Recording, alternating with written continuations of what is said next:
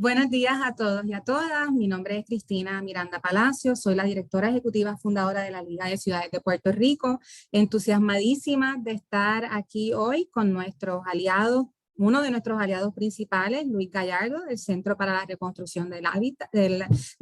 Luis ha sido un gran aliado de la Liga desde sus inicios, así que estamos bien entusiasmados y entusiasmadas de estar aquí. Nos acompaña además Rob Finn, de Community Progress, y Denis, del Grupo Estratega. El taller de hoy tiene que ver con el uso de los fondos ARPA para el manejo de los estorbos públicos, que es algo que es súper medular y necesario. Va a ser un taller bilingüe, ¿verdad? Van a haber unas presentaciones en español, las presentaciones de Luis y de Denis van a estar en español, la presentación de Rob va a estar en inglés, como habíamos mencionado, y como siempre, una vez se terminen el taller, vamos a estar enviando la grabación y las presentaciones a las personas que se hayan registrado, así que de nuevo entusiasmadísima de ver nombres conocidos, siempre la gente de Ponce está en línea, están poniendo por ahí, si pueden poner en el chat los municipios de los que nos representan, se los voy a agradecer. Veo que tenemos a Manatí también y está con nosotros la oficina de la vicealcaldesa de Ponce, así que parte de la Liga de Ciudades. Siempre importante recordar que para aquellos municipios que no se han unido todavía a la Liga de Ciudades, que sepan que se pueden unir a la Liga de Ciudades, la membresía es libre de costo, nosotros estamos impulsando una agenda verdaderamente municipalista y Andrea de nuestro equipo va a estar compartiendo por el chat nuestras redes para que nos puedan seguir. Rob, thank you so much for being here with us today. We're very excited to learn about the stuff that you're going to be sharing with us. So thank you so much for your time and your support. Y vamos a dejar entonces con ustedes a Luis Gallardo del Centro para la Reconstrucción del Hábitat para que empecemos el taller, recordándoles siempre a todos que nos pongamos en mute. Por favor, para propósitos de no interrumpir la grabación. Así que bienvenidos a todos y a todas. Muy bien, déjame proyectar esto.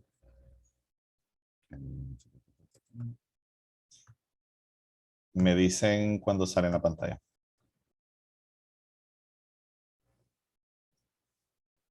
Sí, estamos. Okay.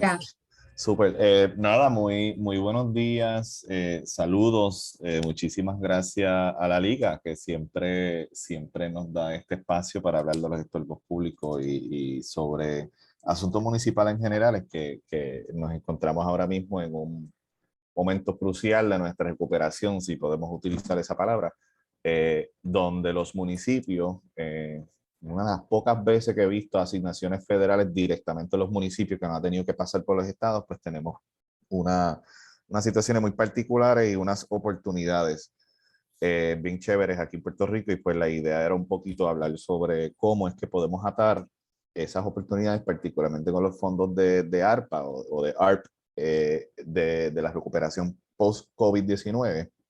Así que por eso pues estamos súper agradecidas y pompeados para decir, pues, poder compartir hoy con ustedes en este pequeño webinar. Primero, para establecer un poquito los objetivos y la expectativa, la idea era presentar, pues, unas ideas en 3 segmentos. Primero, hablar de algunas cosas que ya están sucediendo en Puerto Rico y cómo podemos atar eso con la disponibilidad de los fondos ARPA. Rob, del Center for Community Progress, que es gran aliado de nuestra organización y que ha venido a Puerto Rico en el pasado, pues para hablar sobre algunas de las cosas que están haciendo los Estados Unidos y lamentablemente en Puerto Rico hemos visto que los municipios y el Estado han tardado, podemos decir, en conectar las dos cosas, fondos ARPA y las propiedades abandonadas.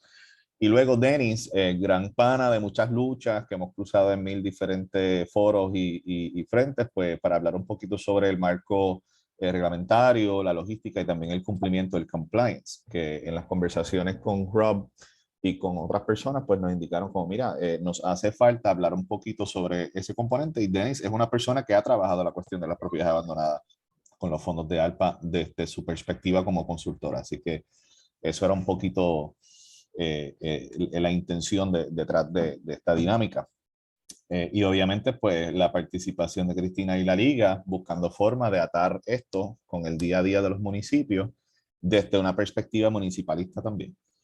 Así que primero, pues, para las personas que no conocen el CRH, aquí veo una muy buena delegación de Ponce, del municipio y también de organizaciones sin fines de lucro, inclusive aliadas de la Cámara de Representantes que están presentes. Muchísimas gracias por sintonizar, conocen muy bien al CRH. Sin embargo, para esas personas que están conociendo por primera vez, el CRH, el Centro para la Construcción del Hábitat, es una entidad sin fines de lucro, 501(c)(3). Nosotros nos dedicamos exclusivamente a trabajar el problema del abandono de propiedades aquí en Puerto Rico. Tenemos un excelente equipo de trabajo compuesto por planificadores, abogados, personas con trasfondo en cuestiones ambientales, trabajo social, y con ese grupo multidisciplinario, pues nosotros pues ayudamos a organizaciones sin fines de lucro, organizaciones de base comunitaria y también municipios con la creación de programas de manejo de estorbo público y la la conversión de esas propiedades en bienes para el activo, para el desarrollo comunitario. Ahora mismo nosotros estamos trabajando con 16 municipios, diferentes formas. Estos municipios, algunos estamos colaborando a través de subvenciones, otros municipios a través de acuerdos de consultoría, pero hay de todo. Desde Hormiguero, Mayagüez, Toa Baja y Culebra, pues nosotros estamos bastante activos, ayudando la creación de nuevo desde cero a veces, o continuando la creación de un programa anterior de manejo de estorbo público sobre cómo podemos convertir estas propiedades problemáticas en activos. Así que esta es una idea de nuestra área. Cuando hablamos de la vivienda y COVID, estamos viendo que tal como nos pasó con Irma, María y los terremotos en el sur, el COVID-19 aquí en Puerto Rico empeoró y relevó también muchas inequidades que existían ya dentro de nuestra población. Y aquí unas estadísticas, lamentablemente no hay muchos números locales, podemos decir, pero por lo menos para justificar la aprobación de ARPA y atar los fondos ARPA a la cuestión de la vivienda, estos datos es algo que varios estudios han podido demostrar. En el 2020, por ejemplo, el costo de la vivienda ha subido el 18.7%. La disponibilidad de propiedades en comparación al 2019 es casi la mitad. O sea, estamos viendo una reducción de 53% disponibilidad de viviendas en el mercado. El 28% de las familias sufrieron algún tipo de atrasos de renta. Y de la misma forma que afecta los inquilinos, pues también afecta a los arrendadores, porque el 70% de esos casos son arrendadores, los que llamamos los pequeños, que tienen 1 a 4 unidades y que dependen de esa renta para pagar la hipoteca. Así que estamos viendo una cadena de efectos negativos en la economía, el mercado inmobiliario y también en la vivienda asequible como tal. Y eso ahí empeora una crisis de vivienda que viene acumulándose desde hace muchos años. Y aquí podemos ver varios titulares de los diferentes periódicos de aquí en Puerto Rico, pues falta vivienda asequible. No están construyendo vivienda nueva, no están recuperando vivienda vieja. Los códigos de construcción, los incentivos contributivos están dirigidos casi exclusivamente a la nueva construcción. Así que en Puerto Rico tenemos una crisis. Cuando buscamos a ver las ventas en la subasta, cuando buscamos a ver qué es lo que se está moviendo en el mercado, no son casas de bajo ingreso, son casas de lujo, son casas de Airbnb, son casas de playa. Son casas que, pues, famosamente en los últimos días la prensa ha hablado sobre esta fenómena de la Ley 22 y de la Ley 60, las personas que vienen y compran casa en cash a unos precios, o sea, con el fin de venderlos para adelante o desarrollar algún tipo de proyecto de alto costo. Así que en Puerto Rico existe ahora mismo una crisis de vivienda y una crisis de vivienda asequible. Así que imagínate el impacto negativo que sucede en un mercado como el nuestro con la cuestión del COVID. Y eso, por encima de los números de vivienda, pues vamos a hablar del abandono. Y esto es un slide que yo comparto en cada una de las presentaciones, pero yo creo que los que trabajamos en este campo tenemos que enfatizar y memorizar estos números. Según el censo, identificó 370,000 propiedades, hogares desocupadas. Son casas vacantes. Eso también incluye segundos residencias, etcétera. Así que también hay 300,000 propiedades que el censo declara como other vacant, que son propiedades que ni siquiera están en el mercado. Puede ser que están en ruinas, puede ser que se le fueron el techo con María, etcétera. Cuando sumamos esos dos números y tenemos 1.5 viviendas habitables en Puerto Rico, estamos hablando de casi una de cada 3 propiedades puede estar vacante o en una condición de abandono. Así que estamos como con una contradicción. Por una parte no tenemos vivienda, pero por otra parte tenemos un montón de vivienda vacía. Y a eso sumamos las escuelas públicas cerradas, que son casi 700 escuelas, que la gran mayoría de ellas todavía está vacante y no existe un censo aquí en Puerto Rico de las propiedades comerciales, industriales o solares no edificados que también están vacantes o abandonados. Así que por una parte, pues lo que dice la regla final, y aquí yo voy a tener varios slides donde yo estoy resaltando una cita del mismo reglamento, y esos números de página corresponden al registro federal, el Federal Register, porque hay 7,000 versiones de las reglas finales que están flotando por ahí en cada página de las agencias. Sin embargo, el registro federal, que es donde se publicó por primera vez, pues estoy utilizando ese número de página original. Lo bueno que dice la regla federal es que, y esto es luego de un periodo de comentarios que Rob va a hablar un poquito sobre esa abogacía de que organizaciones enviaron cartas al tesorero federal para poder especificar. Y dice aquí, el Treasury agrees, el tesorero está de acuerdo de que una alta tasa de vacancia, de desocupación o de abandono en una comunidad podrá pues, empeorar las disparidades que existen en la salud pública. Y contiene una sección completa que habla sobre las propiedades vacantes y abandonadas. Así que cuando los municipios me preguntan, mira, ¿yo puedo financiar esta actividad con los fondos ARPA? Claro que la puedes hacer, claro, con ciertas condiciones y límites que Denis, por ejemplo, va a hablar sobre unas restricciones que existen. Pero definitivamente en blanco y negro, la regla federal dice que podemos atender el problema de las propiedades desocupadas y abandonadas. Y aquí voy a hablar un poquito sobre lo que nosotros construimos en los municipios, que es crear el protocolo, el pipeline. Siempre digo que es el pipeline. ¿Cómo podemos coger una propiedad que está abandonada, nuestro casco urbano, un área rural o industrial, y cómo podemos pasar esa propiedad por el protocolo correspondiente para al final del día utilizar esa propiedad para vivienda asequible? Así que eso es el pipeline, y esto aquí en una forma hiper simplificada.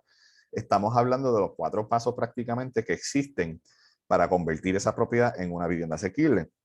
Así que hoy voy a entrar un poquito de detalle sobre cuáles son los pasos que contiene cada una de estas etapas y cómo es que cada uno de esos pasos se puede atar a los fondos ARPA. Y ahora mismo con el municipio de Camuy y Mayagüez son los 2 municipios con quienes estamos trabajando ahora mismo a través de los fondos ARPA. Este mismo es lo que vamos a cubrir ahora. Ahora, otra cita de la regla final.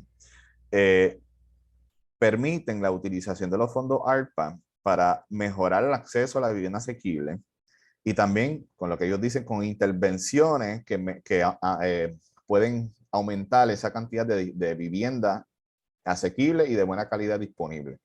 Estos programas de manera de estorbo público, de nuevo, para poder utilizar los fondos ARPA, tienen que estar dirigidos hacia la vivienda asequible. Esto no es para hacer condominio de $500,000. Esto no es para minimizar la disponibilidad de vivienda asequible. Esto es para convertir las propiedades en nuevas opciones para esa población de familias de bajos y medianos ingresos. Entonces, así que la regla final está bien clara con eso, y luego voy a tener otra cita sobre las cosas que no pueden hacer. Esa etapa, obviamente, para poder pasar esa propiedad por el pipeline, para poder adquirir y disponerse de esa propiedad, el municipio tiene que cumplir un proceso legal, que los que trabajan aquí en municipios saben los pasados años, dolor de cabeza que representa este proceso muy burocrático de declaración de estorbo público. Sin embargo, vamos a analizar cada uno de esos puntos desde la planificación hasta la adquisición y ver cómo es que podemos atar con los fondos ARPA. Cuando hablamos de planificación, la planificación contiene varios componentes. Aquí tenemos unos excelentes compañeros y compañeras planificadores. No es simplemente declarar estorbos públicos en el vacío. O sea, estamos hablando de que queremos declarar estorbos públicos por un propósito. En Toabaja, por ejemplo, el alcalde quiso empezar por Levitown y por Sabana Seca, sabiendo que iba a través de varios proyectos de mitigación, bajar las zonas inundables. Eso iba a subir el valor de la tierra, y pues para asegurar vivienda asequible, para sus residentes, pues vino con un plan. De la misma forma, en el municipio de Manatí, por ejemplo, ellos quieren empezar por el casco urbano y ellos están atando muchos de estos esfuerzos con los programas de CityRev, entre otras cosas. Así que tiene que comenzar con algún tipo de plan, no es en el vacío. Lo que es Mayagüez, lo que es Camuy, ellos comenzaron con un área bien clara de lo que quieren, saben los census tracts que quieren impactar, saben qué tipo de comunidad quieren impactar.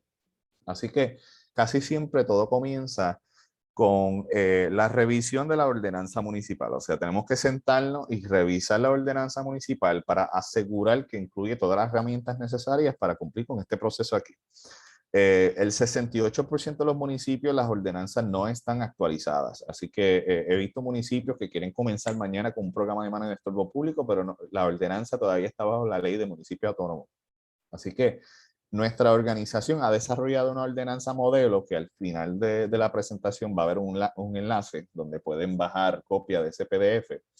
Y esa ordenanza modelo pues busca crear un proceso uniforme, subsana varias lagunas que existen ahora mismo en el Código Municipal e integra diferentes recursos disponibles, todas las herramientas que existen para adquisición y también integra roles para la comunidad y las organizaciones sin fines de lucro. Así que ese proceso de sentarnos, revisar el reglamento municipal, realizar vistas administrativas, vistas públicas y conversar entre legislatura, ejecutivo y comunidad, pues eso requiere tiempo, requiere esfuerzo, que al final del día eh, eh, es un gasto elegible bajo los fondos ARPA, y ya mismo voy con la citación.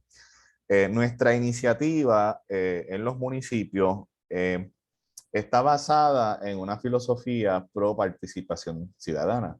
Lamentablemente, pues el asunto de los estorbos públicos a través de muchos años y a veces abuso de parte de municipios tiene una mala fama. Cuando hablamos de los estorbos públicos, ya estamos hablando de unos mitos de que me van a quitar la casa, de que van a desplazar a la gente, de que estas casas la van a vender a una gente rica. O sea, esos son unos mitos que conocemos todos los días en la comunidad.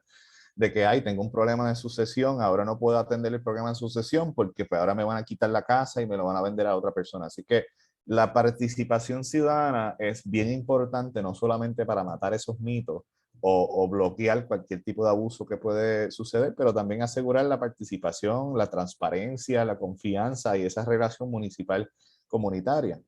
Mejoramos las relaciones, evitamos la mala comunicación, logramos una mayor transparencia. Al final del día, la planificación es mucho más fácil. Y siempre doy el ejemplo de que yo puedo poner un abogado con 20 años de experiencia, con un ingeniero estructural con 30 años de experiencia, y lo puedo parar al frente de un estorbo público y me pueden levantar un informe brutal, o sea, un informe de 5 estrellas, el mejor informe que me va a costar 200 pesos la hora, pero al final del día pongo la vecina, doña Marta, frente a la casa, y ella sabe que el hijo vive en Nueva York, ella sabe que la casa está abandonada desde el 2011 y ella puede recopilar y compartir un conocimiento comunitario que no tenemos los planificadores, abogados e ingenieros. Así que al final del día esa conversación es positiva. Doy otro ejemplo. En un municipio tuvimos un problema con unos números de catastro que estaban erróneos. O sea, daba clic en un catastro y me daba la información de la vecina. Y sin querer una señora recibió una carta de que su casa era estorbo público, pero se fijó que la foto no era su casa. Así que en una reunión comunitaria empezamos a dialogar con los vecinos y vecinas y le explicamos el propósito del programa, calmamos la preocupación que surgió por recibir esa carta, y cuando le dijimos a la comunidad, estamos buscando los dueños y dueñas, si las conocen, nos deja saber, por favor. Esto también es para impactar la comunidad de ustedes. Y en la próxima vista administrativa, pues viene la señora arrastrando el dueño por la mano y ella lo sienta ahí y dice, ¿querías el dueño? Ahí está el dueño. Y de nuevo, publicamos un aviso, enviamos carta, visitamos la propiedad y no conseguimos al dueño, pero con esa señora y el conocimiento que viene, siendo miembro de la comunidad, pues logró llenar esa laguna. Y esto es un ejemplo de algunas actividades comunitarias que hemos realizado en los municipios. En la foto izquierda estamos orientando a varios líderes comunitarios sobre el proceso y cómo levantar, cómo identificar estorbos públicos. A la mano derecha es una reunión que tuvimos en otro municipio, donde el alcalde de dicho municipio está explicando a las personas cómo es que funciona el programa. De nuevo, matando los mitos y también construyendo esa confianza. Y aquí en la misma regla final fomenta la utilización de los fondos de ARPA para crear esos partnerships, esos acuerdos con la comunidad, para lograr una mejor implementación. Así que este proceso participativo es crucial, va a mejorar, definitivamente va a mejorar el resultado de un programa de manejo de estorbo público. Ahora, luego de realizar esas reuniones, nosotros nos tiramos a la calle y levantamos un inventario de la comunidad.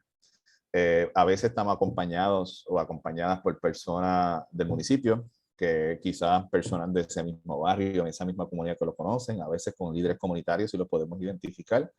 Y se realiza una visita calle a calle y recopilamos información sobre las propiedades abandonadas.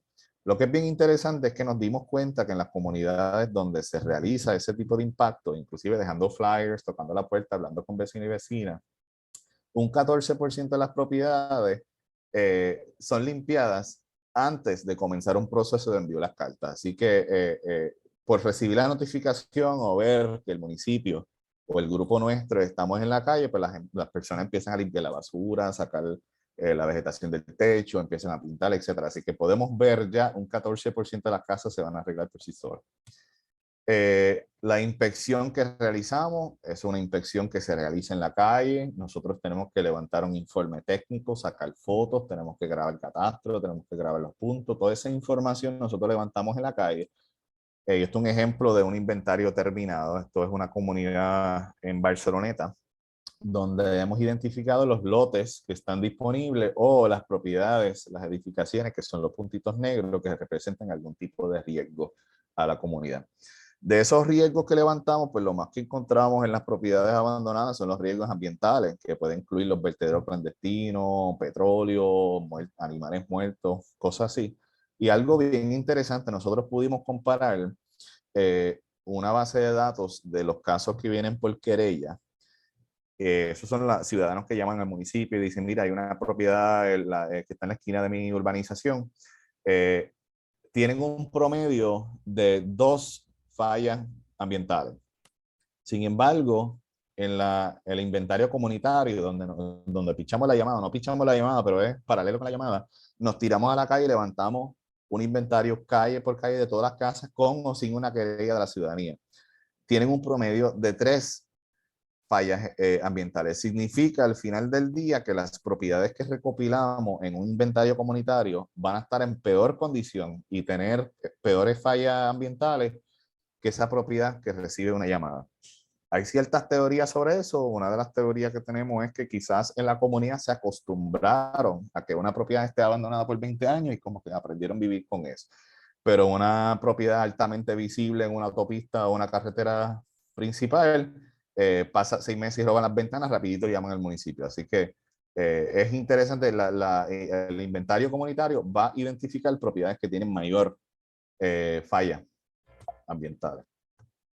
Entonces, esto es un ejemplo de un inventario que se realizó. Esto es Toa Baja, donde hemos realizado inventarios en varias comunidades y también pueden ver ahí que hay puntitos que son de las querellas como tal. Entonces, están saliendo las notificaciones de Admit. Ok. Así que esos gastos son totalmente elegibles para cubrir, sea a través del mismo municipio in-house o si quieren contratar una entidad externa o lo que sea. Los inspection fees y otros gastos administrativos se pueden cubrir si es para asegurar el cumplimiento con las leyes ambientales, reglamentación de demoliciones y otras actividades de mitigación, de remediación. Así que es un gasto totalmente elegible hasta ahora, desde la planificación, desde la participación ciudadana y la creación de inspecciones por propiedad, las pueden cubrir con los fondos ARPA. Luego de recopilar ese inventario, pues hay un proceso por ley. Yo sé que algunos de ustedes ya han tomado los talleres de la liga sobre el proceso de declaración de estorbo público, así que no creo que hay que meterme directamente en cada uno de esos pasos, pero el envío de las cartas, los avisos públicos, las vistas administrativas, las rotulaciones cuesta dinero. Hay que mandar a pedir rótulos, hay que pagar el sello, hay que pagar el periódico, hay que pagar abogados y abogadas para hacer vista administrativa. Y esos son gastos totalmente elegibles. Esto aquí es un flujograma del proceso y este es el macro. Inspección, informe, notificación, aviso público. Y ahí si comparecen, negociamos y arreglamos la propiedad. Si no comparecen, vamos directo a estorbo. esta pantalla aquí, yo recomiendo sacar un screenshot de esta pantalla cuando enviamos la presentación, grabar este slide, y esto siempre se lo envío a los alcaldes y las alcaldesas, porque a veces es un proceso bien complicado que una forma simplificada como la que tenemos aquí a veces ayuda como que ubicarnos en el proceso. Así que cada uno de estos procesos es totalmente elegible bajo los fondos ARPA.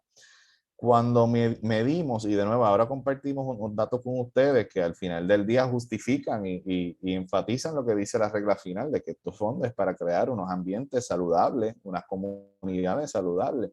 El 44% de los dueños y las dueñas van a comparecer a través de este programa de estorbo público, y el 40% van a arreglar su propiedad. Así que al final del día, casi la mitad de las propiedades, los dueños van a comparecer y van a poder negociar con esa persona, y el 24% van a solicitar esa vista administrativa. Uno de cuatro casos solicita la vista. Así que estos números demuestran que funciona, es un proceso de funciona, aun si al final del día yo no voy a adquirir vivienda para repartir o vender en mi comunidad. Aun si yo no adquiero ninguna propiedad, el 44% de las propiedades, que de nuevo lo que me cuesta es la inspección y la carta certificada, van a arreglar su propiedad. Así que ya del saque estamos mejorando el entorno comunitario y estamos cumpliendo con el proceso de alta. Lo que dice la regla final. Reconoce el impacto que puede tener las propiedades vacantes y abandonadas, los cuales son correlacionados con el Neighborhoods Built Environment. O sea, están promoviendo que utilicen los fondos que está tan atado a cuestiones como la salud mental, la violencia, la criminalidad. Y aquí tenemos justificación de no. Luego de declarar un estorbo público, a veces los alcaldes dicen, pues, ¿qué hago yo entonces? Pues tampoco la idea es poner un rótulo y dejar la propiedad ahí 10 años más.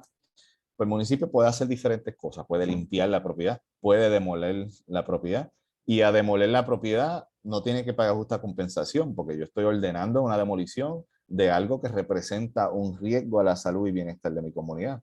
Puedo imponer multas, y toda limpieza, multa y demolición se convierte en un gravamen. Pues estas actividades también se pueden atender a través de los fondos ARPA. Actividades elegibles, y de nuevo, esa página 4374, eso es una página completa dedicada a los estorbos públicos. Dice que puedes remover y remediar o mitigar los contaminantes ambientales de las propiedades abandonadas, lot improvements. Estos son gastos que puede invertir el municipio para clausurar una propiedad, para eliminar riesgos ambientales que existen en la propiedad. Y a pesar de ser fondo ARPA, siguen siendo gravámenes. Así que estamos hablando de que el municipio puede adquirir un interés en ese inmueble. Ahora bien, ya tenemos las propiedades declaradas, ya tenemos la mitigación. De nuevo, no creo que tengamos que entrar en cada uno de estos métodos de adquisición, pero ahora mismo bajo el Código Municipal existen varios mecanismos para adquirir propiedades. Expropiación, venta judicial, revocación, usufructo, etc. La adquisición como tal de un estorbo público también es un gasto elegible. Dice que una actividad elegible es los costos relacionados con la adquisición y seguridad de título de una propiedad. Significa que también ese estudio de título, también ese análisis que tienen que hacer, los gastos legales lo pueden cubrir porque son conducientes a la adquisición de la propiedad como tal.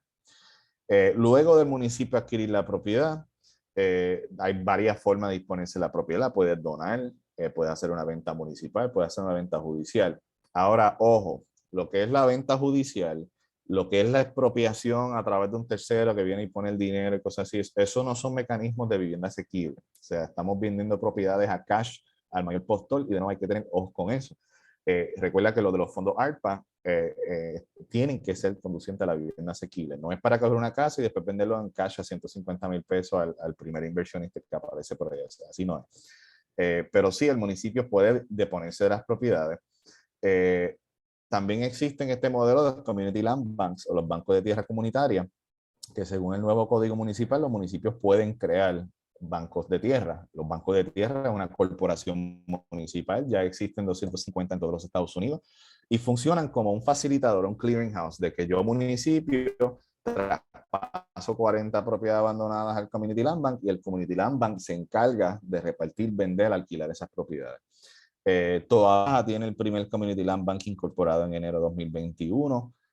Ahora hay otros municipios, si no me equivoco, Yauco acaba de aprobar una ordenanza también para crear un Community Land Bank, así que los Community Land Banks es una forma efectiva de ponerse de propiedades cuando ya llegas a cierta escala. Quizás el municipio donar una propiedad o vender una propiedad le hace fácil, pero cuando estamos hablando de 30, 40, 50 propiedades abandonadas, pues ya hace falta una infraestructura organizacional más grande. Beneficios de los land banks, de nuevo, no, hay una presentación únicamente para los community land banks, pero es una alternativa. Hay muchos estados, como ya mismo va a mencionar Rob, que han financiado los land banks con estos de los fondos ARPA. Y al final del día, pues dice que la demolición de las propiedades no pueden resultar en un net reduction of occupiable houses. Significa que la idea tampoco es eliminar opciones de vivienda.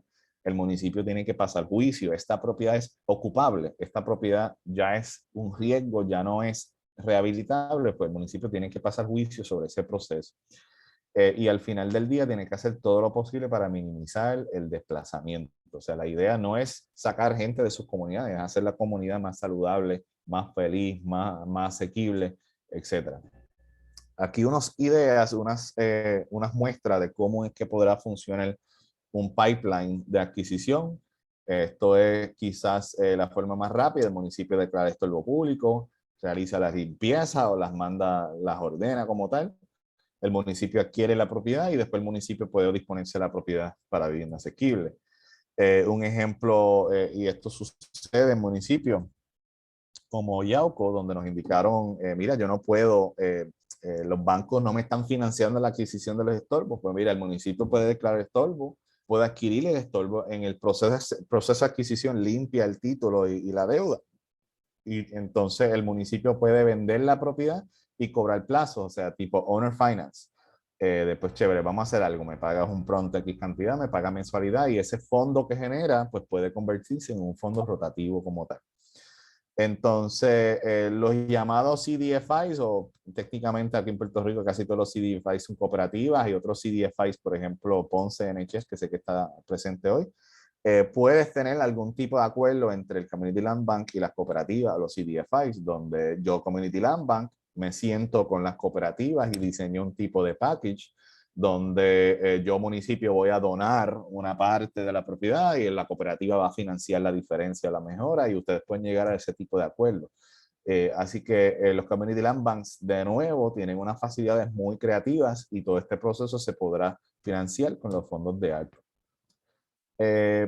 Ya cerrando, pues toda nuestra metodología, todas nuestras actividades que realizamos en el CRH con nuestros municipios colaboradores está resumido en esta guía municipal y guía comunitaria, donde ustedes pues, pueden ver fotos, ejemplos, modelos. Esa ordenanza modelo está en la guía municipal. Ustedes pueden dar clic al link y bajar cuantos modelos, ejemplos de inspecciones, borradores de demanda de expropiación, de todo, en esos dos libros que están disponibles totalmente gratuitos en línea. Y ahí está nuestro número de teléfono. En cualquier cosita, pues también nos pueden escribir por correo electrónico. Así que sé que es mucho contenido y ya si ustedes quieren ver los talleres sobre los land banks y el proceso como tal de declaración, pues la liga tiene versiones grabadas disponibles.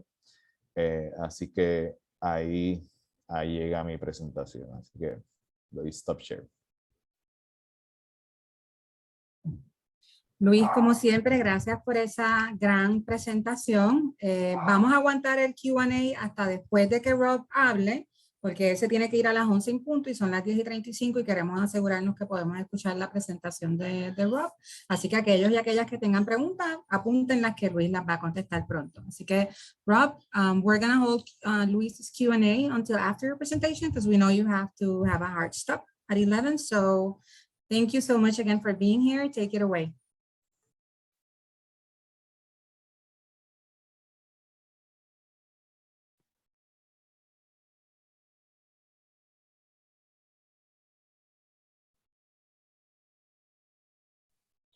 Okay, hello everybody. Thank you for having me here. It's an honor to speak with you in Puerto Rico. My apologies for speaking to you in English and not in Spanish. But our organization has had the opportunity to work with Luis and Marina and many great people in the archipelago of Puerto Rico on vacancy and abandonment issues. And I can state that you all are very fortunate to have folks like Luis who dig into this material so deeply and care so much about your community. So I'm first going to let you know where I am and make an acknowledgement. I'm actually currently in Cambridge, Massachusetts, because I was here for a meeting with the Lincoln Institute of Land Policy. So I am technically right now on the ancestral lands of the Pawtucket tribe. But my organization, the Center for Community Progress, is headquartered in Flint, Michigan. And the indigenous communities on whose lands our offices occupy are the Anishinaabe and Sauk tribes. I just wanted to take a moment to acknowledge that and to speak their names. Now, the Center for Community Progress, Luis mentioned a little bit about what we do. We are a national nonprofit organization that was formed in the aftermath of the 2008 foreclosure crisis, when many communities that were already struggling with disinvestment, vacancy, abandonment, property deterioration, only became exponentially worse as a result of the mortgage foreclosure crisis.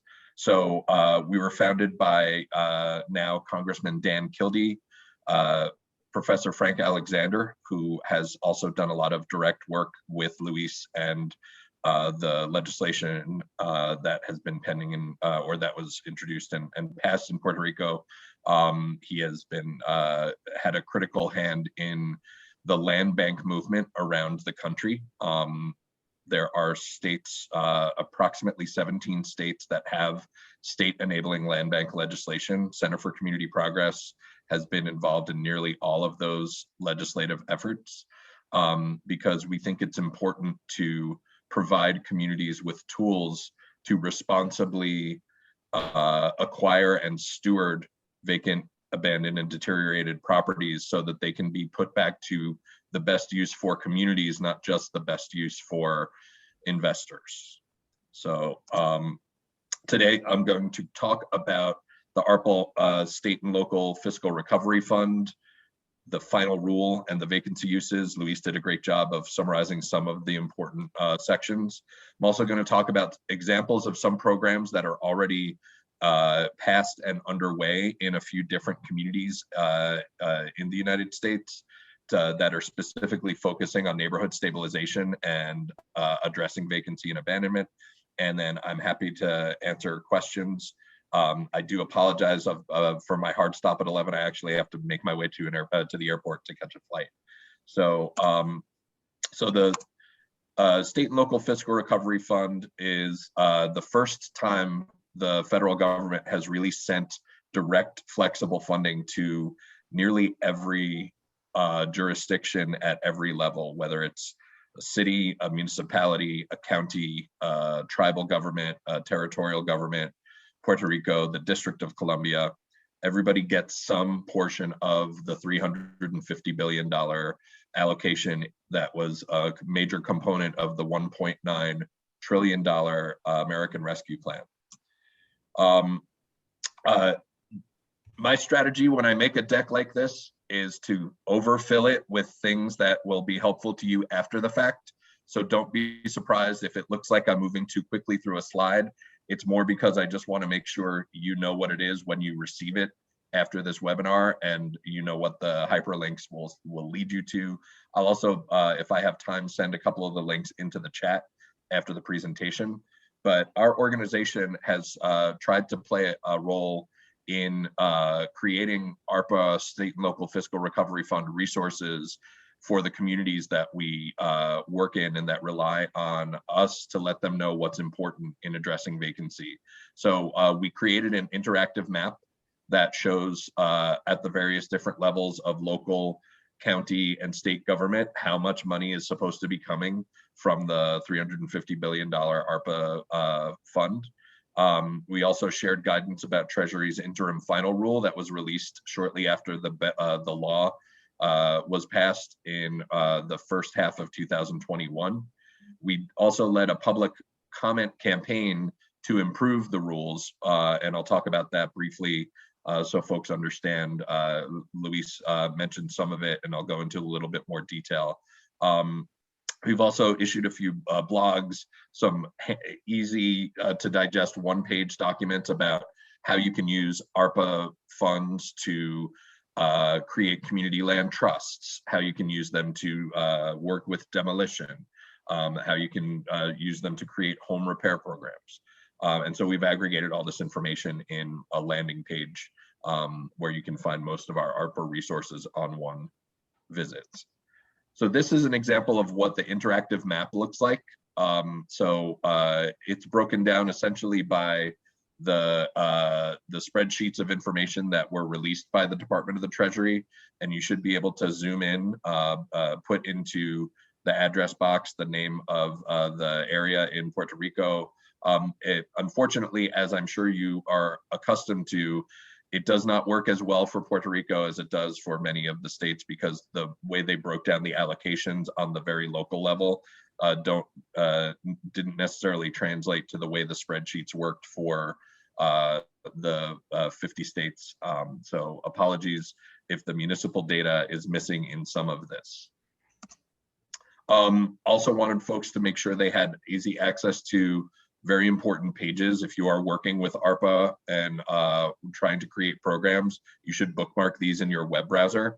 The Treasury website for the State and Local Fiscal Recovery Fund, that is where all of these rules can be found, where the compliance guides and the allocations can be found. And it's also a place where Treasury will sometimes respond to questions and update a frequently asked questions type document to make clarifications around questions they're hearing from multiple places. So the interim final rule was in effect from May 17th of last year. The final rule was published in January and went into effect on April 1 of this year. It's important to know that every once in a while, the federal government listens to people. And they only listen to people if people talk. And we were successful in getting a number of stakeholders in different states who represented different land banks, different municipalities, different county treasurers' offices to join in what we were telling Treasury they specifically should do, which was to make uses of these funds explicitly eligible to address vacancy and abandonment, and to make the argument to Treasury that the impact of vacancy and abandonment harms communities, harms public health, harms public safety, and that addressing vacancy and abandonment makes communities stronger and healthier, which is the overall purpose of the American Rescue Plan Act State and Local Fiscal Recovery Fund. So the fact that Treasury listened to what we had to say and what many others had to say alongside us is a really big victory. Again, Luis quoted some of this, and I won't read this to you, but you will have it when you get it. It's important to know that the activities addressing vacancy and abandonment they're presumed to be eligible when they're occurring in a community that is, quote, disproportionately impacted by either the health or economic effects of the pandemic. And I know an easy, at minimum, reference is the Housing and Urban Development Guides for what qualifies as a low-income qualified census tract. I know many of the communities, just by virtue of meeting the criteria for that map in Puerto Rico, will likely be disproportionately impacted, but it's important to understand this is not just eligible everywhere. That communities need to demonstrate that they are disproportionately impacted.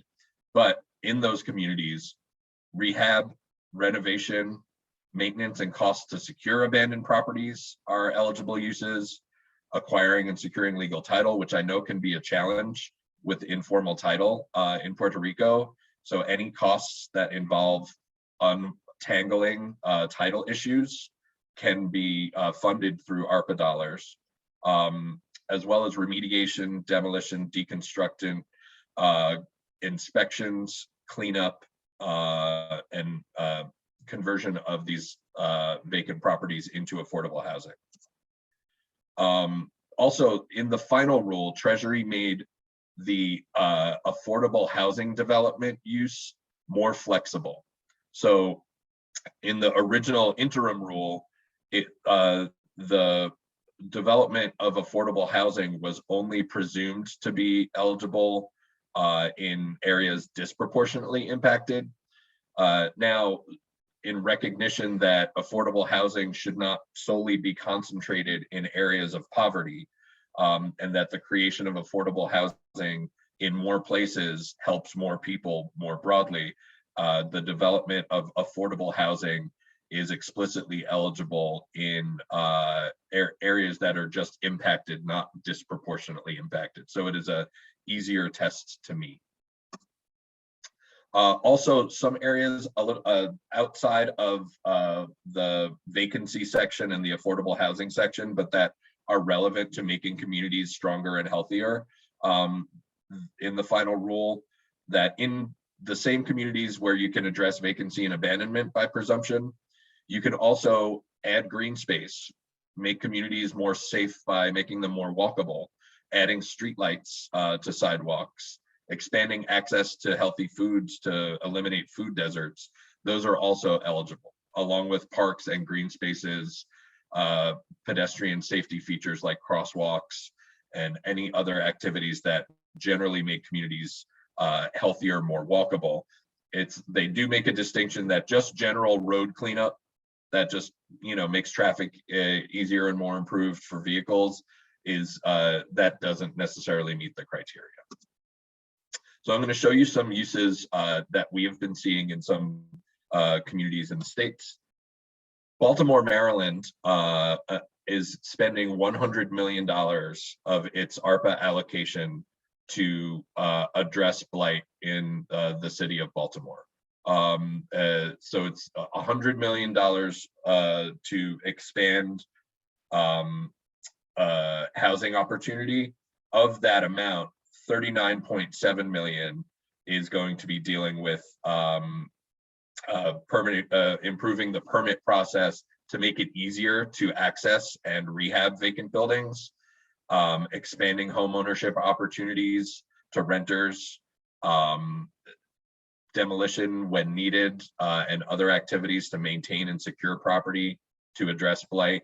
And so that is a major investment in a community that has struggled with vacancy since long before the 2008 mortgage crisis, but was hit particularly hard by that crisis as well. A smaller city that announced a plan that we actually provided some consultation and technical assistance services to make recommendations with them is Bay City, Michigan. It's a city of about 30,000 people. They have a total ARPA allocation of $30 million, and they're spending 10% of their total allocation in code enforcement and home repair programs. So what they're doing is creating 3 new positions in their city government. One is a neighborhood engagement manager who can do better outreach with homeowners and renters to try and help understand their issues and put them in connection with support services, as well as 2 code enforcement inspectors. $2 million of that $3 million is going to go to a home repair program that can include some demolition funding, but it's primarily designed to help people improve their own homes for owner occupancy. So many communities aren't just addressing vacancy, they're trying to help struggling homeowners, and in some places struggling renters, to pay for repairs to keep those properties from becoming uninhabitable.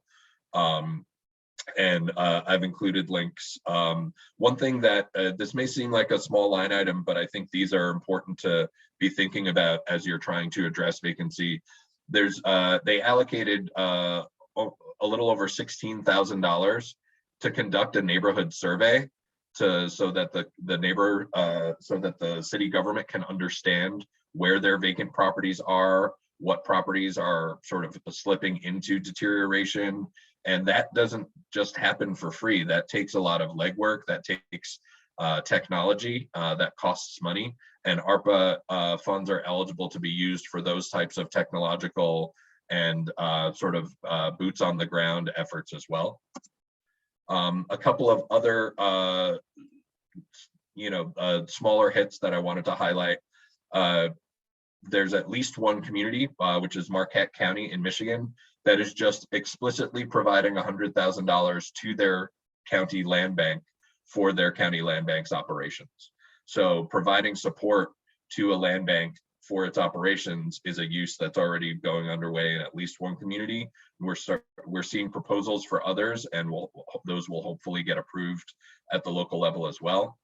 In the city of Rochester, New York, they're spending nearly $16 million to create affordable housing and support community development.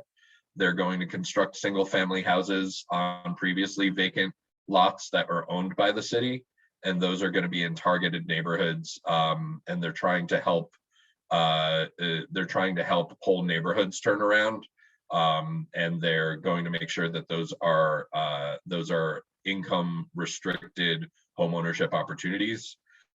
They're also using some of those funds to purchase and rehab existing vacant structures to create additional affordable housing. One resource that I will try and make sure if I post anything in the chat, it will be this.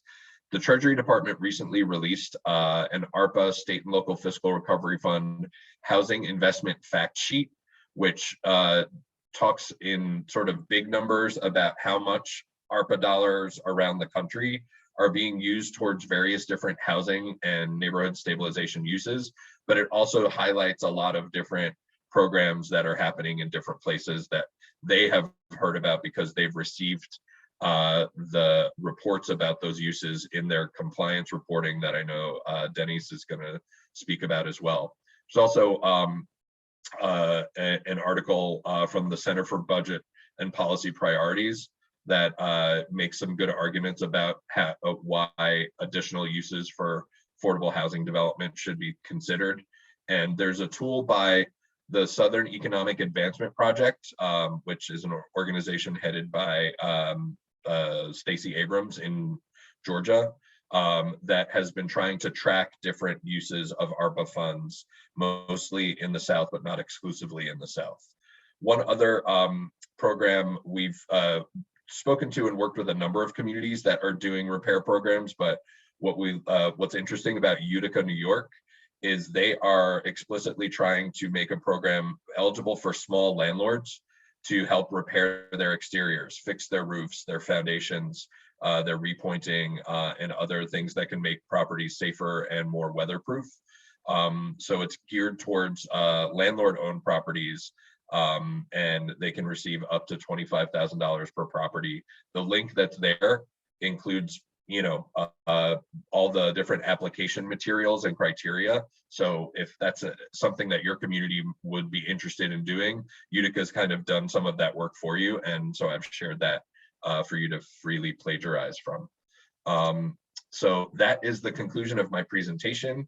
I have 5 minutes before I've got to throw my rest of my stuff in a bag and hop in an Uber. So if anyone has any questions, please. Also, please don't hesitate to reach out to me through any of the means of contact that you see here. Gracias, Rob. Thank you so much for your presentation. Recuerden a todos que vamos a estar enviando la presentación de Rob, que tiene muchos enlaces que van a poder acceder. Rob, I'm telling them about that we're going to be sending you your presentation with the links so that can answer some questions. I think there's a question here. What is the best way to demonstrate that a community is disproportionately affected?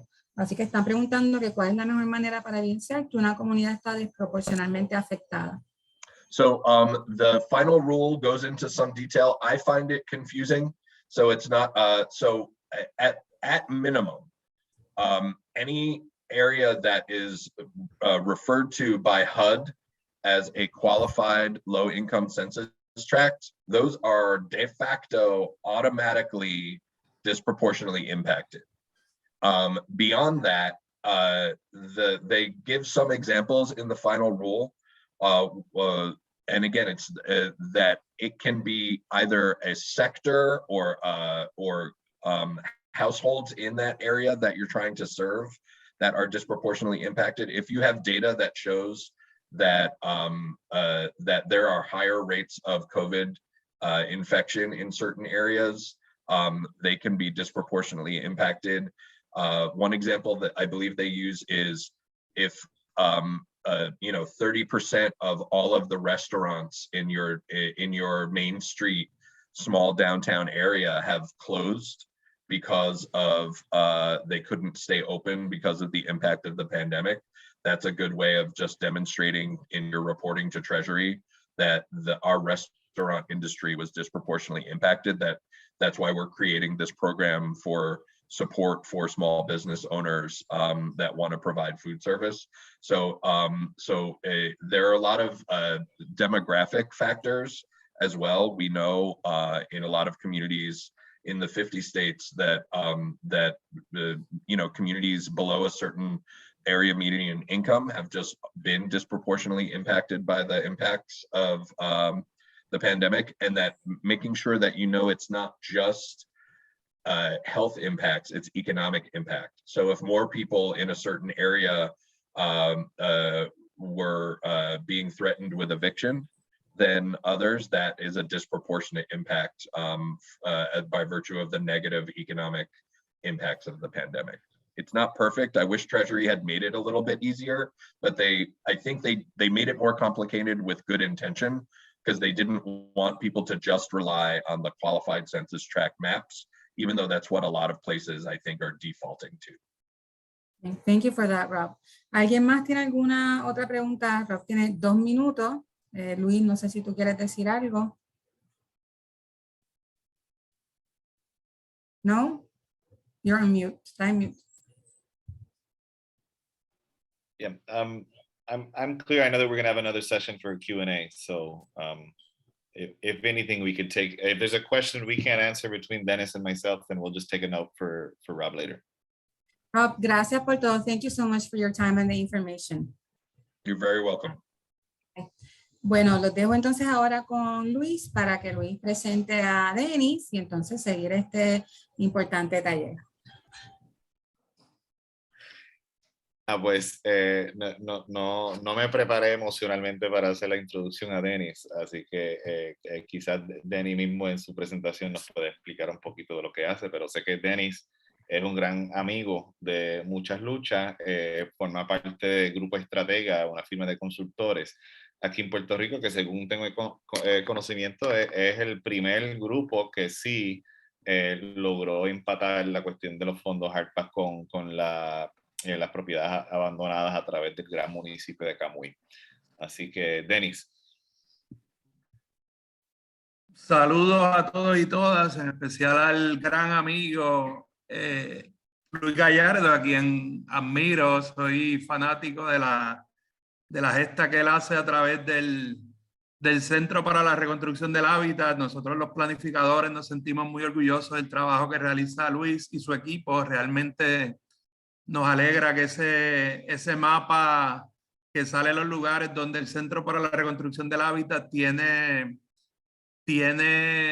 proyectos que vaya por 15. Esperamos que un año ese mapa llegue a 20, 30 y cuidado sin más. Así que Luis sabe que lo admiramos mucho el trabajo que hacen. Sabemos que es un grupo sin fines de lucro que tiene un propósito, y en ese sentido pues estamos bien orgullosos de lo que están logrando, y todos los planificadores apreciamos y valoramos y entendemos que lo que está haciendo es bien importante. Esta mañana le envié temprano a Luis una entrevista que había salido en el periódico. Precisamente me salió 6 años atrás en Facebook, cuando estábamos hablando de este tema. Llevamos muchos años Luis y yo buscando ideas, estrategias de cómo atender este asunto. El asunto de los espacios abandonados es bien importante en el sentido de la agenda de los municipios, en el sentido del costo de oportunidad. En ese sentido, Sabemos que el local que esté vacío es local que tiene un costo de oportunidad alto en términos de empleos directos, indirectos, inducidos, en términos de salarios directos, indirectos, inducidos y en términos de impactos fiscales y gastos de los visitantes. Así que en ese sentido nosotros creemos en esto. Cada vez que vemos que un alcalde y que los empleados municipales hablan de esto, pues nos apasiona mucho y entendemos que es a lo que se le debe dar mayor prioridad. Así que nada, Luis nos dijo que teníamos 10 minutitos para esto. Yo espero robarle 15, negociar en 15 o 20 minutos. Así que nada, vamos al mambo. La petición que nos hizo Luis y la Liga de Ciudades es que habláramos un poco sobre cómo poder utilizar los fondos ARPA para poder trabajar asuntos relacionados a estorbos públicos y al land banking. Esto es una gran oportunidad para Puerto Rico y para los distintos estados de Estados Unidos, y en ese sentido pues hemos identificado regulación aplicable y en ese sentido entendemos que es una buena oportunidad para todos los municipios y sus constituyentes. Así que empezamos con unos datos básicamente que sacamos pues, del Centro para la Reconstrucción del Hábitat, datos que provienen del censo en el sentido de que Puerto Rico tiene la tasa de viviendas en desuso más alta en comparación con todos los estados. Y en ese sentido estamos hablando de un 29%. Esto supera estados como Maine y Vermont.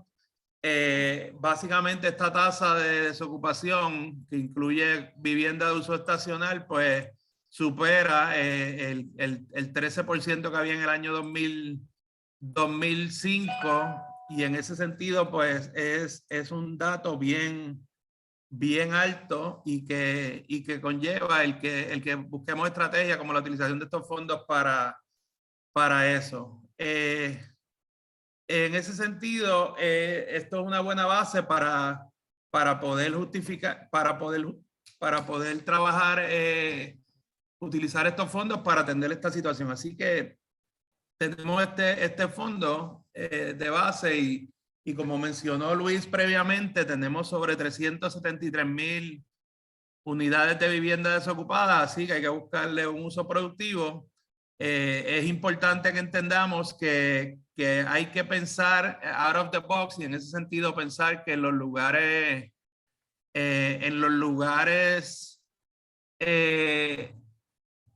principalmente de esta zona urbana, es importante reutilizar estos espacios con usos combinados. En este caso, el espíritu de los fondos ARPA principalmente enfatiza en el componente de vivienda asequible, y es importante que en ese sentido tratemos de repoblar los centros urbanos, que sabemos que es tan importante como estrategia de planificación. Sin embargo, es importante que entendamos que, digamos, una cosa que siempre mencionamos, tenemos 10 espacios vacíos en un centro urbano, y la idea es entonces ver cómo podemos, digamos, si tenemos 10 locales vacíos, no necesariamente los 10 los tenemos que utilizar para el uso que teníamos en el pasado. Así que la idea es, digamos, hay 10 locales vacíos, podemos trabajar 3 o 4 o 5 para vivienda, quizás 2 para comercio, 1 para uso institucional, 1 para un parque y 1 para estacionamiento. En ese sentido, el pensar como que pueda haber esa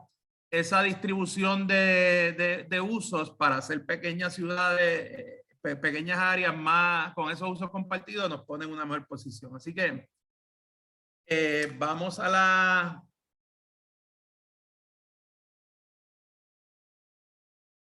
próxima, el próximo slide aquí, donde básicamente describimos un poco lo que son estos fondos ARPA, y volvemos y repetimos. Es importante que todos los alcaldes entiendan y su equipo de trabajo la importancia de utilizar estos recursos, y es una oportunidad que se está presentando en este momento y que puede ir atado a la necesidad socioeconómica que tenemos en este momento en Puerto Rico, y puede representar una buena oportunidad para desarrollar estrategias tanto en el corto como en el mediano y largo plazo.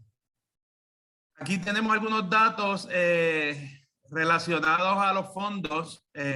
Estamos hablando que Puerto Rico tiene específicamente para los municipios 1.528 millones En fondos ARPA, eso nos lleva un promedio aproximadamente de 19 a 20 millones por municipio. Hay municipios que tienen menos de 1 millón de fondos ARPA y otros que tienen sobre 130 millones, como es el caso de San Juan. Y en ese sentido, pues es importante que sepamos que hay que buscar la manera de que se puedan utilizar de una manera eficiente. A nivel de Estados Unidos, pues hay sobre 350.000 millones en inversión, así que hay que trabajar con unas regulaciones que permitan cumplir con lo que el americano pretende. Cuando yo dirigía fondos federales por muchos años, siempre tenía en mente que el americano quiere que uno gaste rápido, pero que gaste rápido y que gaste bien.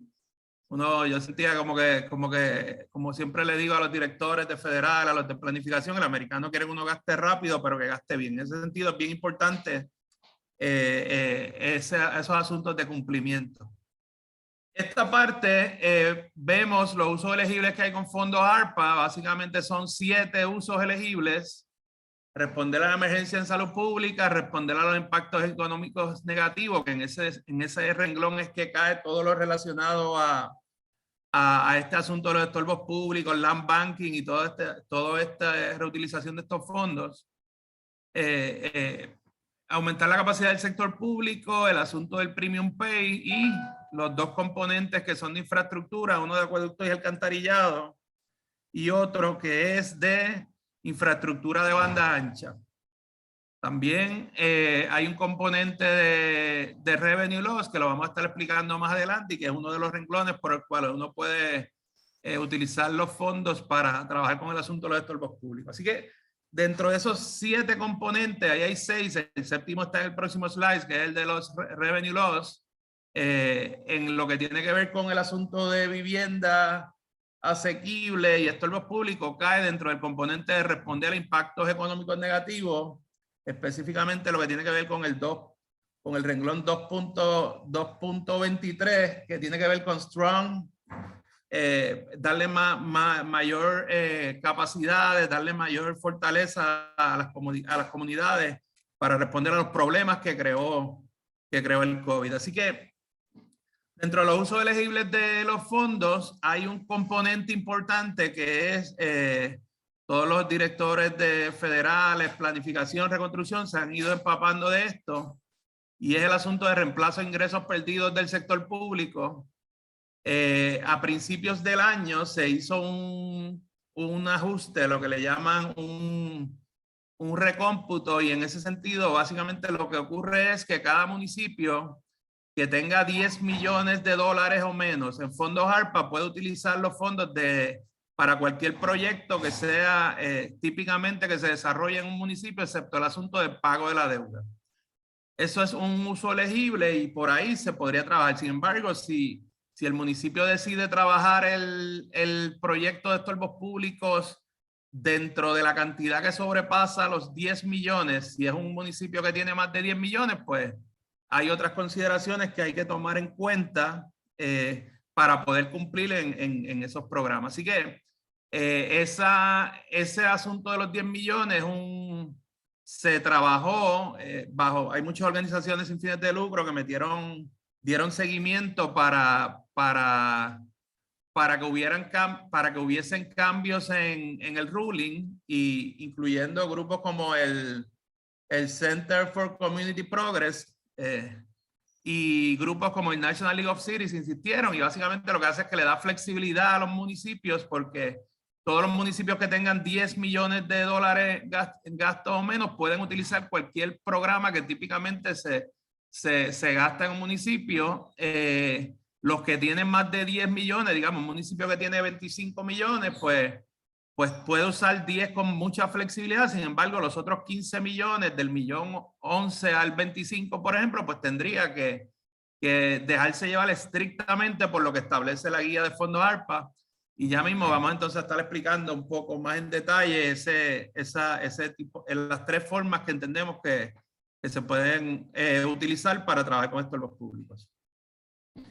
Estos próximos 2 slides básicamente son similares a lo que redactó el amigo Rob del Center for Community Progress, donde básicamente se establecen todos los usos permitidos con fondos ARPA para trabajar el asunto de los estorbos públicos, para rehabilitación de hogares, vivienda, land banking, todo está aquí.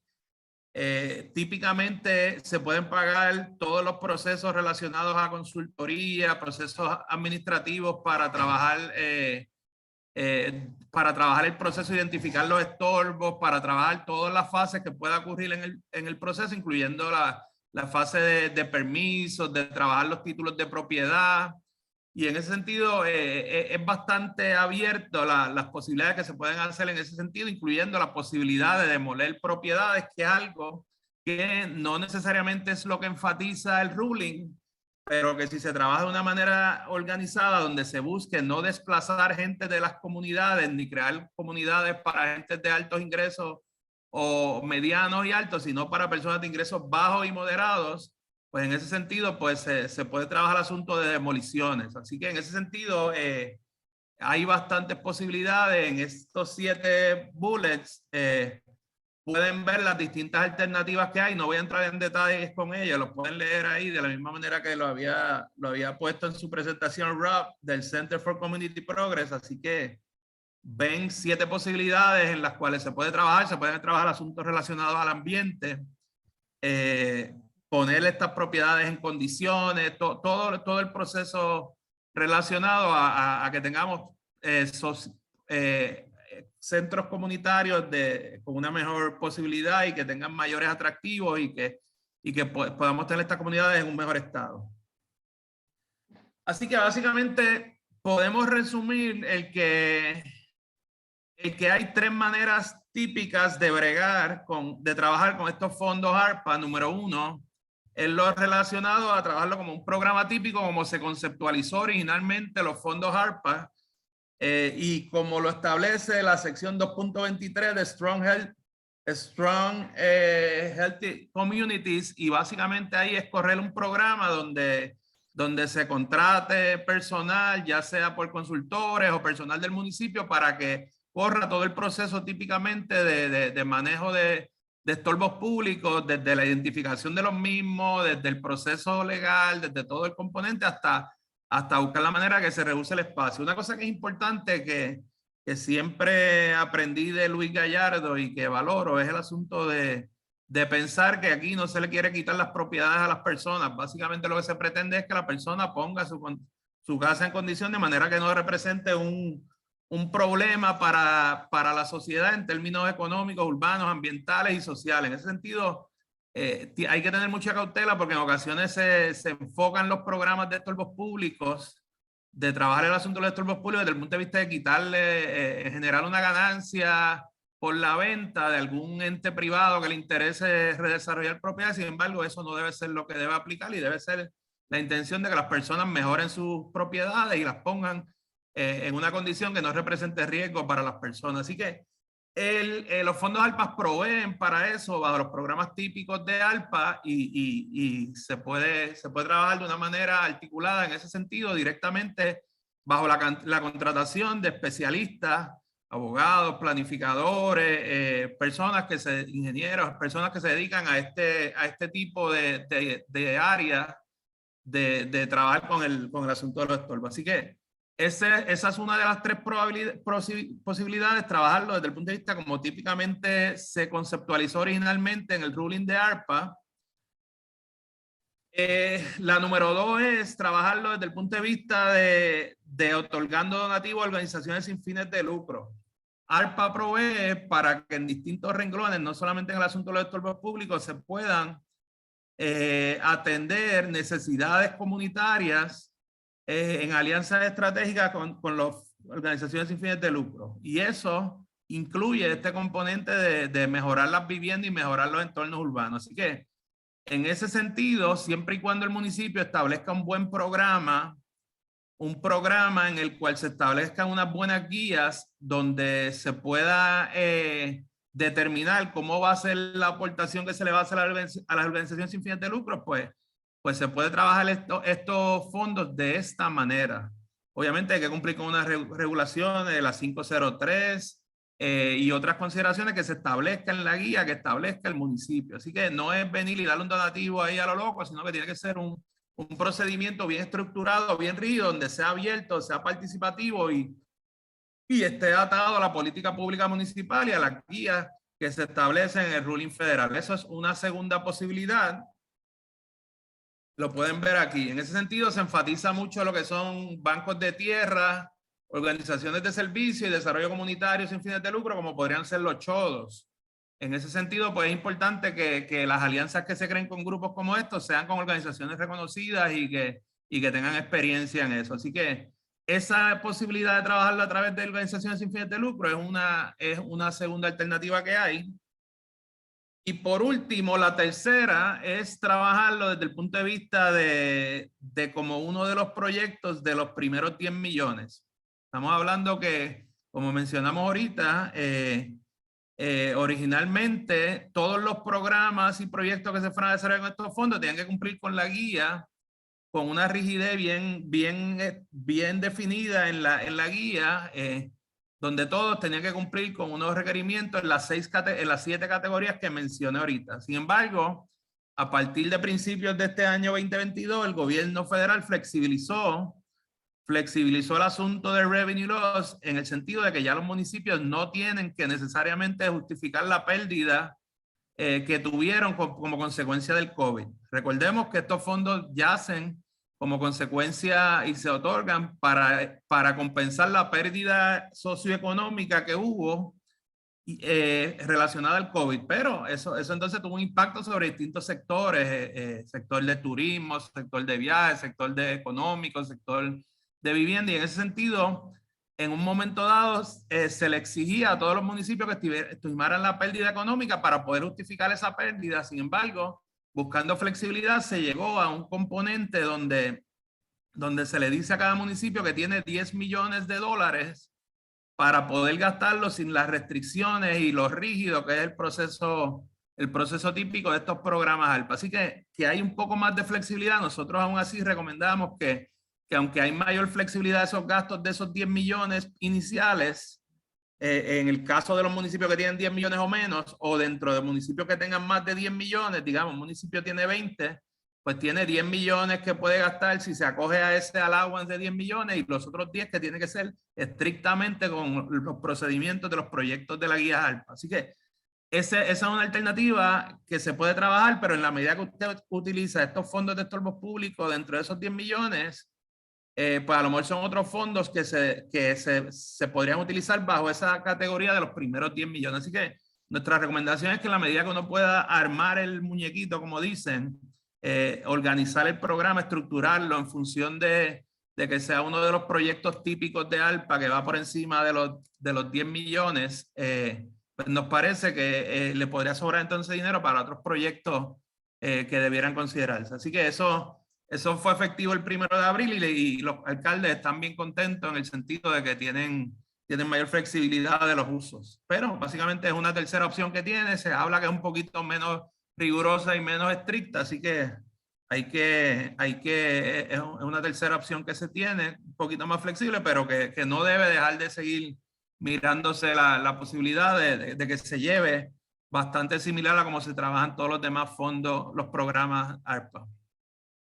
Así que nada, básicamente estas son 2 o 3 slides adicionales que añadimos relacionados a la importancia de que siempre que se trabaja en estos proyectos se enfatice el asunto de uso de evidencia, todas las descripciones, metas y objetivos, informes, gastos, indicadores, evaluaciones. No es venir y decir, mira, quiero hacer este proyecto a lo loco y simplemente rompo a gastar alguna orden de compra y ya, sino que esto conlleva un proceso que conlleva hacer un plan, conlleva una planificación, conlleva un análisis que es bien importante. Así que eso nos parece que es bien importante. Y por último, y no menos importante, aunque las guías no establecen tanto el componente de participación ciudadana como hemos visto en otros programas, digamos los de CDBGDR, de MARP, de CDBGDR y otros programas, o los planes territoriales, los planes de mitigación, pero aún así se debiera cumplir con un proceso de participación ciudadana que permita que se tomen mejores decisiones. Así que creo que llevo los 20 minutos. Me someto al proceso de preguntas con el compañero Gallardo, así que estamos en ese proceso. Gracias, Denis, por esa presentación. Les recordamos a todas las personas que están participando en este taller del ICAMU que vamos a estar enviando las presentaciones, así como la grabación del video.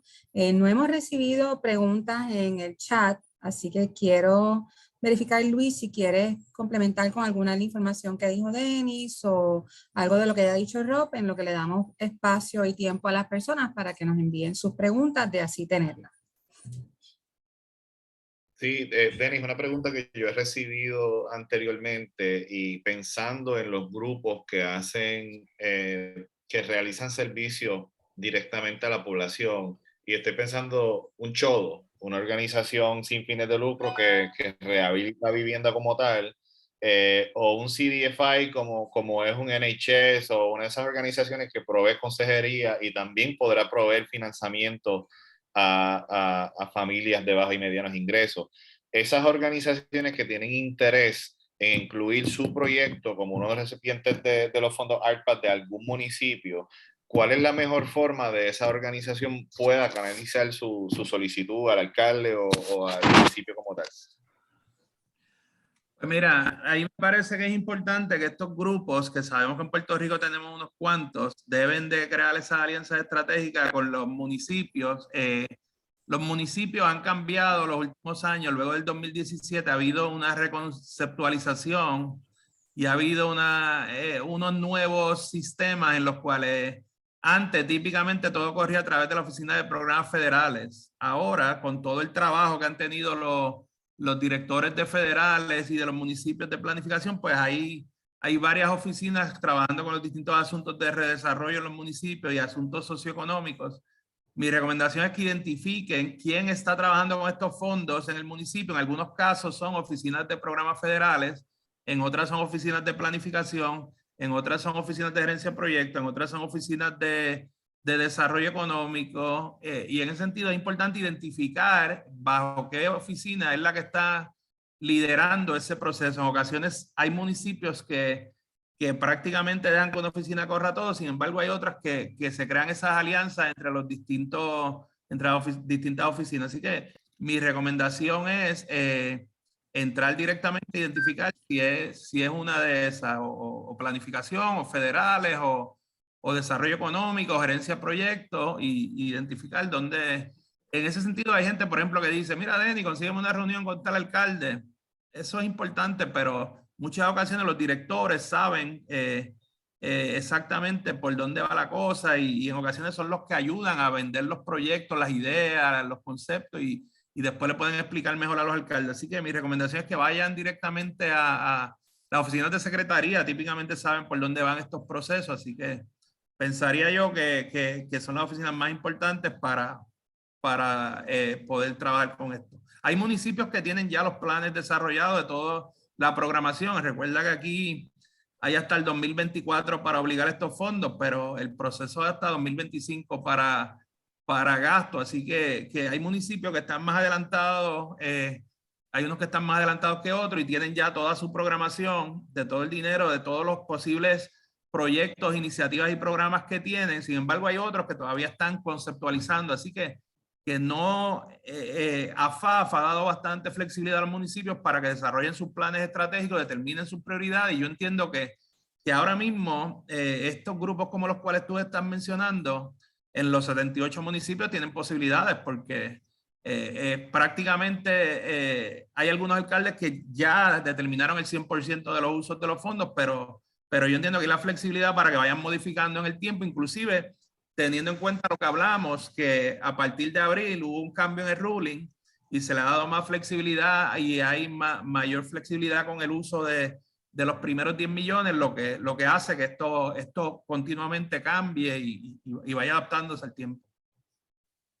Gracias por eso. Hay una pregunta de Sandra Velázquez. Ella pregunta si hay algún requerimiento para los municipios de tener un portal de información pública de cómo se están utilizando los fondos. Yo no he visto un requerimiento específico. Sé que hay muchos estados que lo están haciendo. Hay algunos estados que lo están haciendo, pero yo no he visto que sea algo compulsorio. Es algo que es recomendable, pero no he visto que sea obligatorio por el momento. Hay un comentario de Federico del Monte que dice que mencionaron que, es una pregunta, mencionaron que estos fondos están bajo AFAF. Sí, estos fondos, los que técnicamente estos son unos fondos del gobierno federal que los dirige el Departamento del Tesoro Federal. A nivel de Puerto Rico, la agencia que está encargada de atender y velar y manejar estos fondos es AFAF. En AFAF es la que está continuamente evaluando y trabajando con estos fondos. Sin embargo, hay algunos asuntos que se manejan directamente con el gobierno federal, con el Departamento del Tesoro. Super. Hay otra pregunta, pero Luis levantó la mano. Supongo que es para apoyar en la contestación. Hay 2 comentarios adicionales, así que Luis avisa y entonces vamos a lo otro. Sí, para elaborar sobre la cuestión de AFAF, hay que asegurar que no estamos confundiendo estos fondos que van directamente a los municipios con otros programas que tiene ahora mismo AFAF, por ejemplo, que están dirigidos a organizaciones sin fines de lucro. AFAF ya ha tirado 2 convocatorias, hay una segunda convocatoria que ahora mismo está abierta, que es para organizaciones sin fines de lucro que pueden acceder fondos directamente de AFAF, de los fondos. De la asignación de ARPA. Sin embargo, ojo, las guías estatales de AFAF no mencionan por ningún lado vivienda, menos mencionan vivienda vacantes y abandonadas, y me parece que están siendo más rigurosos que el mismo gobierno federal al momento de decidir cómo utilizar los fondos. Así que es un reto, pero en teoría, pues también una organización sin fines de lucro podrá acudirse directamente a AFAF y solicitar fondos. Nicole Polet González dice, en julio de 2021, la AFAF anunció que la primera mitad de los fondos fueron asignados a los municipios, 62.4 millones, y la pregunta es si se sabe cuándo se desembolsará la otra mitad. Los municipios están ahora mismo trabajando los informes financieros. Se trabajaron a la última semana de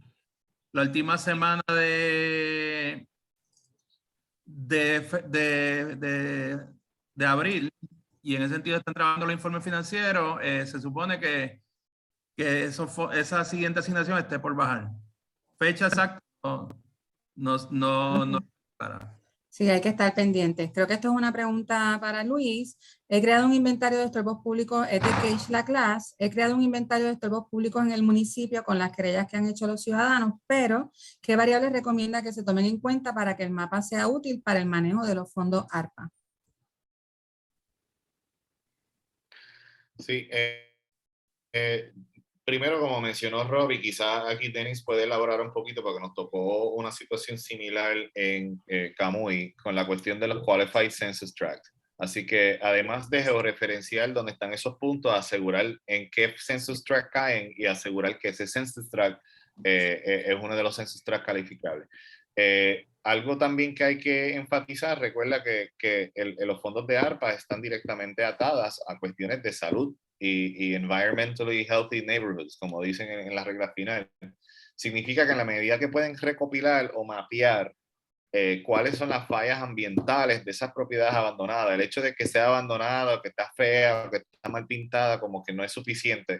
Mientras podemos documentar que tiene basura, que tiene escombros, ese heat map, podemos decir, es algo que a mí me encanta hacer con los inventarios de estorbo, poner los puntos dependiendo de cuán grave está la situación ambiental. Así que sé que los fondos ARPA son muy flexibles en el sentido que nos toca a nosotros definir qué tipo de impacto queremos hacer para mejorar la salud y hacer una comunidad saludable.